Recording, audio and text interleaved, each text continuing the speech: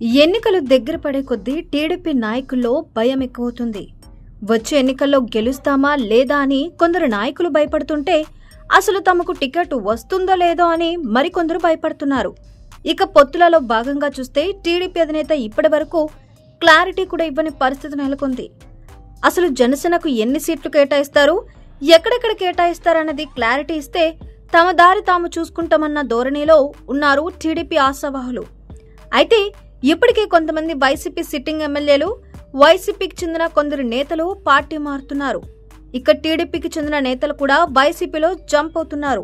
ఇక అసలు పాయింట్కి వస్తే నూజివీడు టీడీపీ మాజీ ఎమ్మెల్యే ముద్దరబోయిన వెంకటేశ్వరరావు టీడీపీని వీడి వైసీపీలో చేరడం దాదాపు ఖాయమైందని విశ్వసనీయ వర్గాల సమాచారం.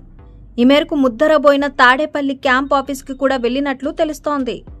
నూజివీడు ఎమ్మెల్యే మేక వెంకట ప్రతాప్ కు సీఎంఓ నుంచి పిలుపు వచ్చిందని కూడా ప్రచారం సాగుతోంది. ఎమ్మెల్యే మేక ప్రతాప్ అప్పారావుతో చర్చించిన తరువాతే ముద్దరబోయిన వెంకటేశ్వరరావును వైసీపీలోకి ఆహ్వానించడం జరిగిందని అంటున్నారు. మైలవరం అభ్యర్థిగా టీడీపీ మాజీ MLA, Nuzvid TDP incharge Muddaraboina Venkateswararao పేరును పరిశీలిస్తున్నారని ప్రచారం సాగుతోంది.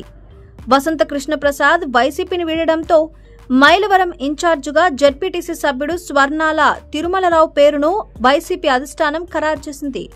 అయితే స్వర్ణాల తిరుమలరావు అభ్యర్థిత్వంపై సొంత పార్టీలోనే విమర్శలు తలెత్తడంతో మైలవరం నియోజకవర్గం అభ్యర్థి విషయంలో జగన్ పునరాలోచనలో పడ్డారని సమాచారం.